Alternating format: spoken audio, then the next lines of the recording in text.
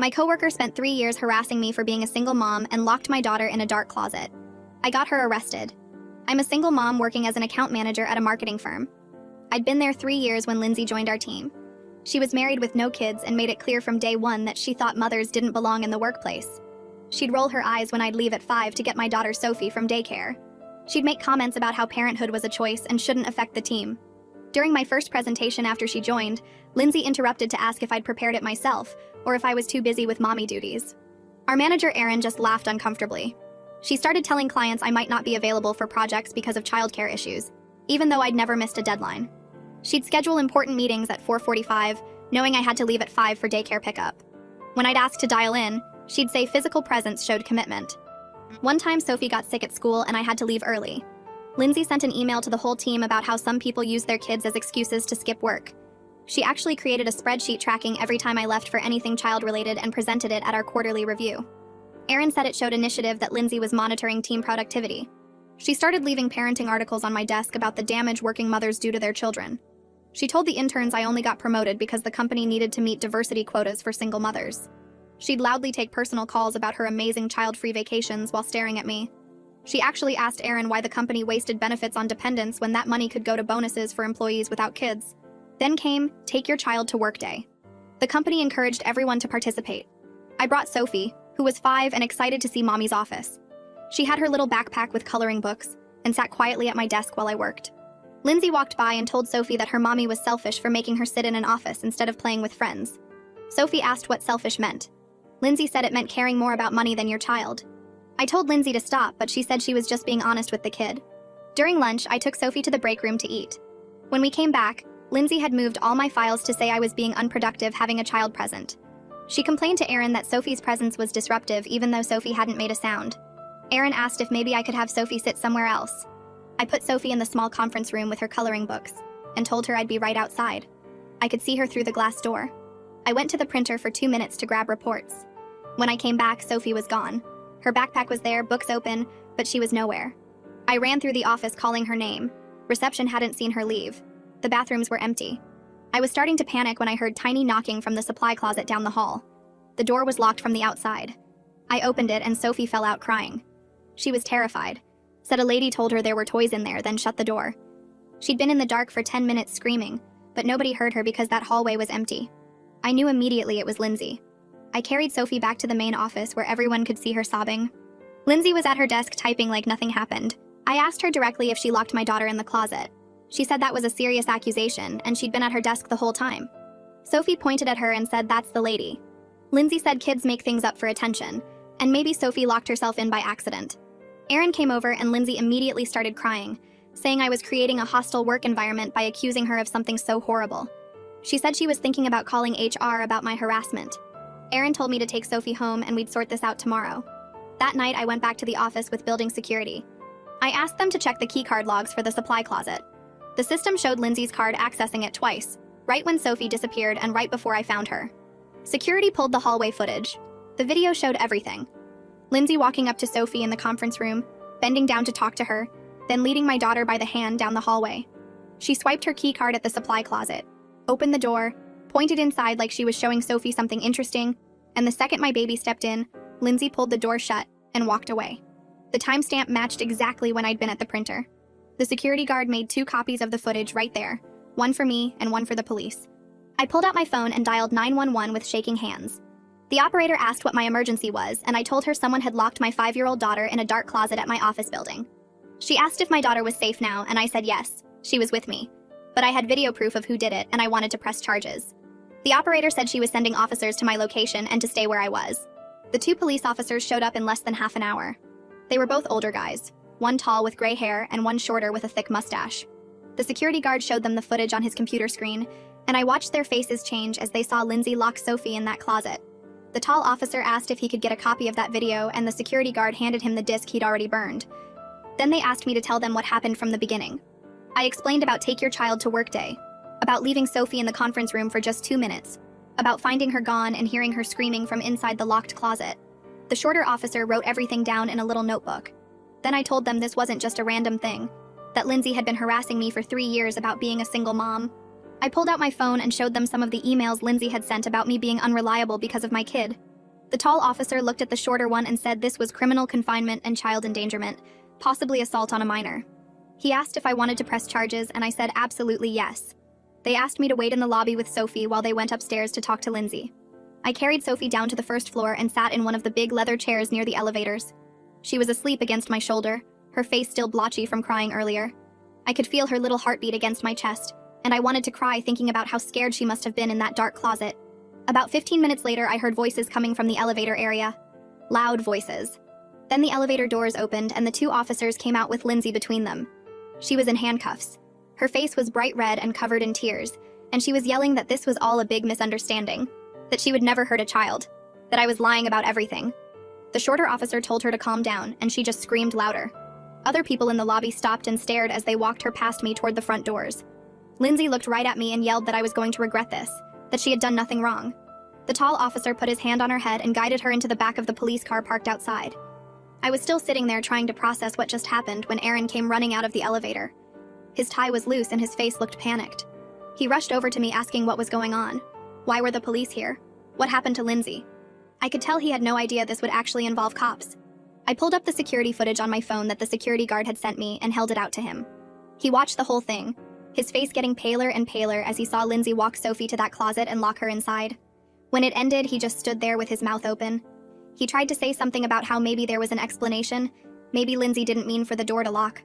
I stood up, careful not to wake Sophie, and told him there was no explanation that made locking a 5-year-old in a dark closet okay. I told him I was pressing charges and that he should probably call the company's lawyer, because this was going to be a big problem for everyone who ignored my complaints about Lindsay for 3 years. Then I walked out to my car and went home.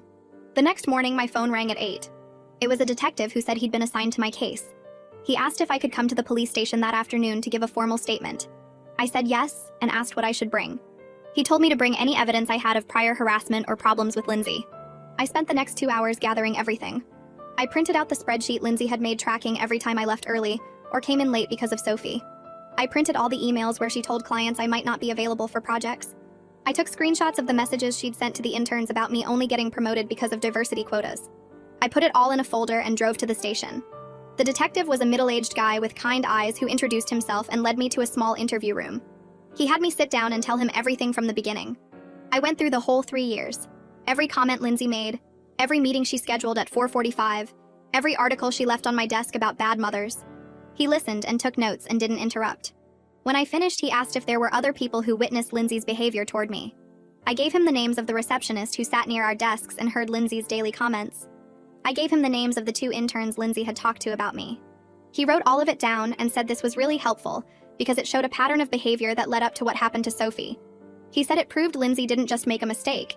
She had been targeting me and my daughter for a long time. That word, targeting, made my stomach hurt. When I got home that afternoon, my phone rang again. This time it was someone from HR asking if I could come in for a meeting the next day. I said I wanted to bring a lawyer, and there was a long pause on the other end. The HR woman said that was fine and asked who my lawyer was. I didn't have a lawyer. I called my friend Lisa, who I'd known since college. She was a lawyer, but she did contract law, not criminal stuff. I told her what happened, and she said she would come to the meeting with me anyway. She said what happened to Sophie was horrible, and she wasn't going to let the company try to cover it up or push me out. The HR meeting was in a conference room on the 3rd floor. The HR representative was a woman in her 50s who looked really uncomfortable. She had the police report in front of her and a laptop showing the security footage. Lisa sat next to me and introduced herself as my legal representation. The HR woman asked me to walk through what happened on Take Your Child to Work Day. I did, keeping my voice steady even though I wanted to cry thinking about Sophie trapped in that closet. When I finished, the HR woman said the company took this very seriously, and they were conducting their own investigation. Lisa leaned forward and said that was good, but they needed to understand the company was liable for allowing 3 years of documented harassment to continue. She pointed out that I had filed complaints about Lindsay multiple times and Aaron had dismissed all of them. The HR woman's face went even more uncomfortable, and she admitted they had documentation of my previous complaints in my file. She said those complaints had been reviewed by management and deemed not serious enough to warrant disciplinary action. Lisa asked her if she thought locking a child in a closet was serious enough now. The HR woman cleared her throat and said the company was taking immediate action. She told me Aaron was placed on administrative leave while they investigated his handling of my complaints. She said they wanted to offer me paid leave to take care of Sophie and handle the legal stuff with Lindsay's case. Lisa asked about therapy costs for Sophie, and the HR woman said they would cover that too. Lisa pulled out a document she'd prepared and slid it across the table. It was a written agreement that the company wouldn't retaliate against me in any way for pressing charges against Lindsay or for any statements I made during the investigation. The HR woman said she needed to have their legal team review it, but she thought they could agree to those terms. 3 days later, I got a call from the prosecutor's office telling me Lindsay's arraignment was scheduled for that afternoon. I asked if I needed to be there, and the prosecutor said it would be helpful but not required. I went. I sat in the back of the courtroom and watched Lindsay stand in front of the judge in an orange jumpsuit.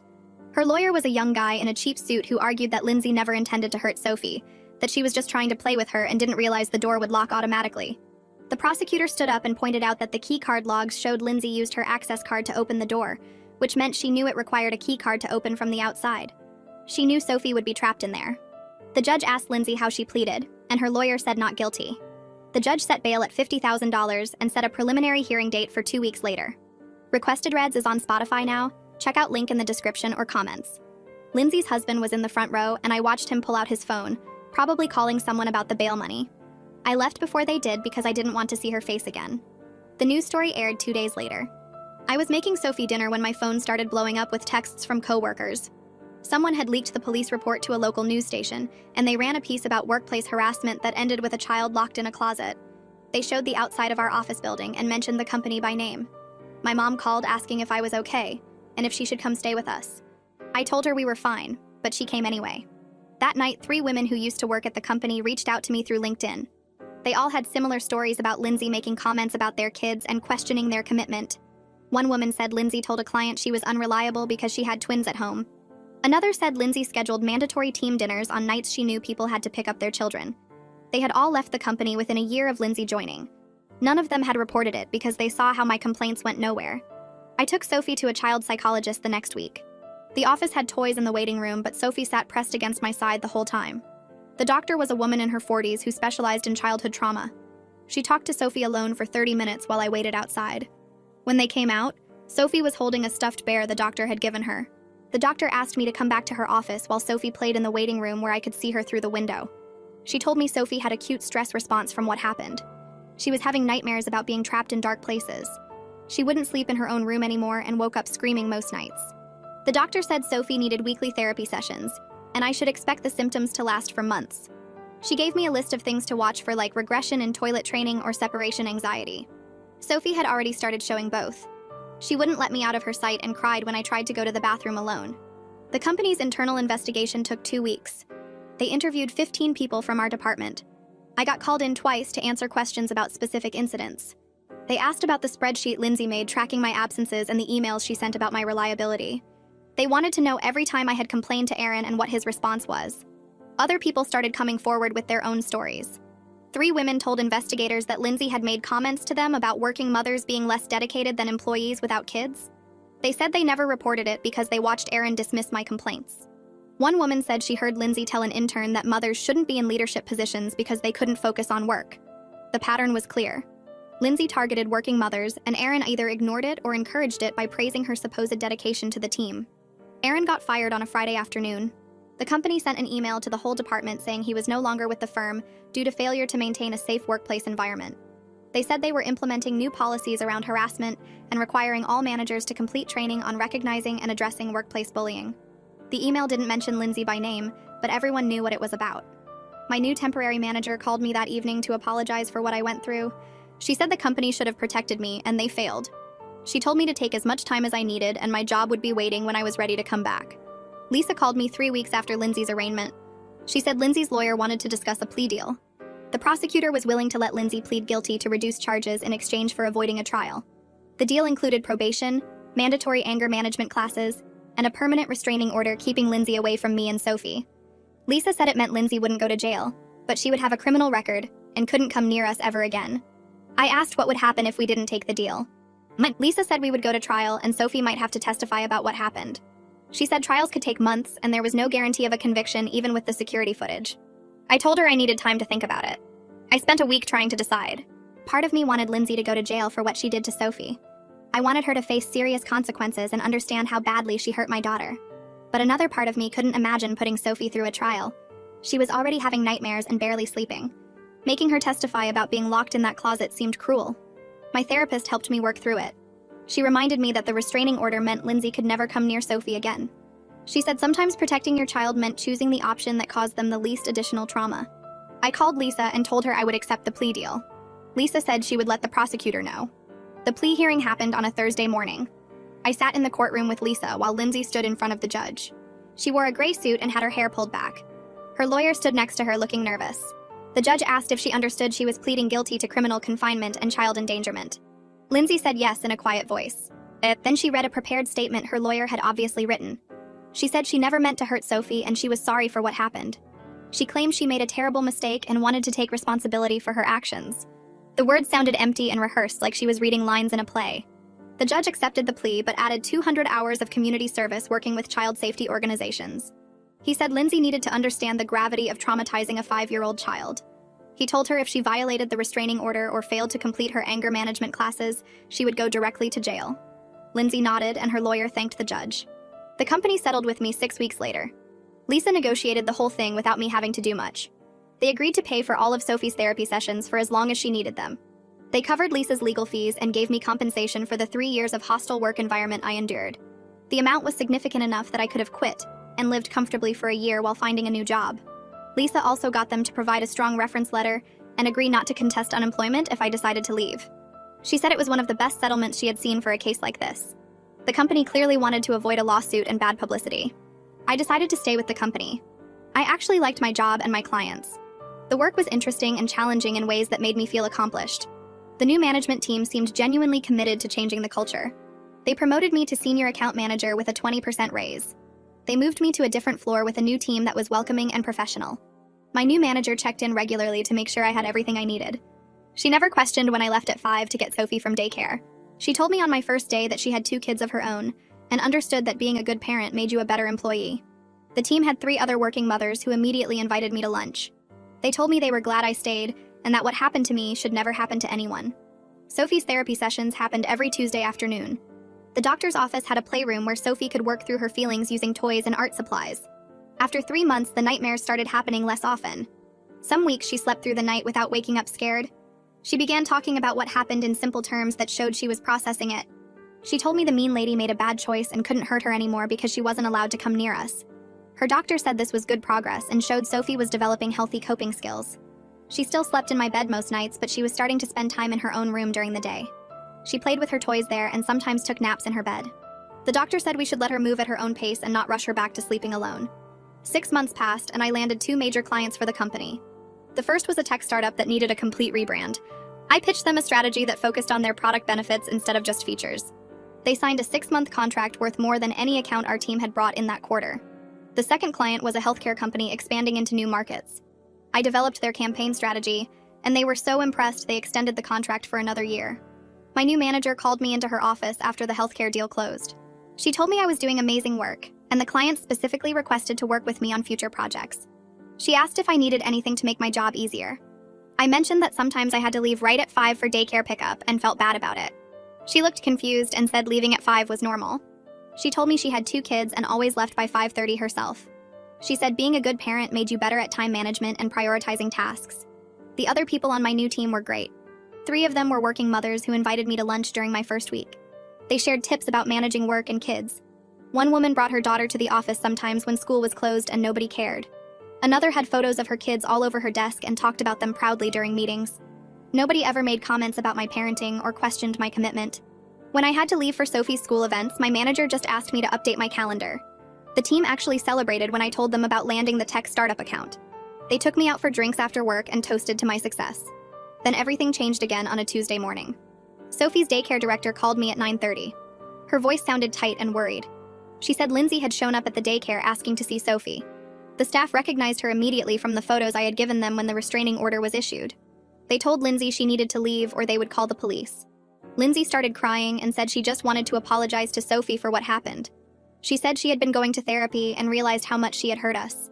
The director told her that didn't matter because there was a legal order keeping her away from both of us. Lindsay refused to leave the parking lot. She sat in her car watching the playground where the kids were playing outside. The director called the police and kept all the children inside until officers arrived. 2 patrol cars showed up within 10 minutes. Lindsay was still sitting in her car when they approached her. She got out and tried to explain that she just wanted to make things right. The officers checked the restraining order in their system and told her she was under arrest for violating it. She started sobbing and saying this wasn't fair. They handcuffed her and put her in the back of the patrol car. The director called me after Lindsay was taken away and assured me Sophie never saw her.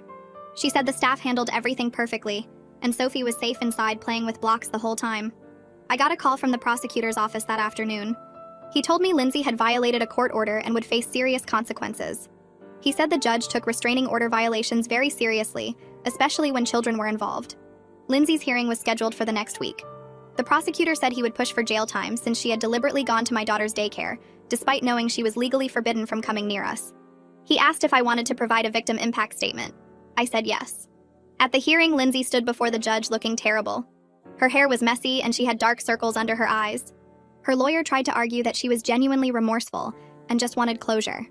The judge cut him off and said the restraining order existed for a reason. He said Lindsay had already traumatized a child, and now she was continuing to harass the family. He sentenced her to 60 days in jail. Lindsay started crying and her lawyer asked for probation instead. The judge said no. He said maybe 60 days would teach her that court orders were not suggestions. The bailiff led her away still crying. I felt relieved watching her go. She had finally faced real consequences for her actions. The company reached out to me a month later about developing new workplace policies. They wanted my input on preventing harassment and creating a better environment for working parents. I met with the head of HR and 2 executives. They asked me to describe everything that had happened with Lindsay and what warning signs were missed. I told them about the 3 years of comments and how my complaints were dismissed. I explained how Aaron had actually praised Lindsay for tracking my parenting-related absences. They looked uncomfortable hearing all of this laid out. The HR director said they wanted to make sure nothing like this ever happened again. They asked if I would help write new policies around harassment reporting and family-friendly scheduling. They also wanted me to train managers on recognizing subtle discrimination patterns. I agreed because I didn't want any other parent to go through what I had experienced. We spent weeks developing the new policies. They included mandatory harassment training for all employees. Managers had to document any complaints immediately, and HR would investigate within 48 hours. The company also implemented flexible scheduling options for parents and stopped scheduling important meetings after 4:30. They created a clear process for reporting discrimination with multiple channels so people didn't have to go through their direct manager. I led the first training session for managers, and it felt good helping create real change. A year after everything happened, Sophie started kindergarten. She walked into her classroom confidently on the first day and barely looked back at me. Her teacher said she was doing great and made friends easily. The nightmares had stopped months ago. She slept in her own bed now and talked about the closet incident like it was something that happened a long time ago to someone else. Her therapist said she had processed the trauma in a healthy way and didn't need regular sessions anymore. At work, I was considered for a director-level position. My manager nominated me and said my client work and policy development made me a strong candidate. The interview process would start next month. Sophie and I had a routine that worked. I picked her up from the school at 3, and we spent afternoons together doing homework and playing. Some evenings we went to the park or got ice cream. Weekends were for adventures like the zoo or children's museum. I had learned that protecting her and standing up for myself was the most important thing I could have done. Our life was genuinely better than it had been before Lindsay joined our team. Sophie was happy and confident. I had a job I loved with people who respected me. Everything had worked out better than I could have imagined back when I was enduring Lindsay's daily harassment. Standing up for myself and my daughter had changed both of our lives for the better. So yeah, that happened. I don't even know how we got here, but thanks for sticking around. This honestly feels more like a late-night chat than a video.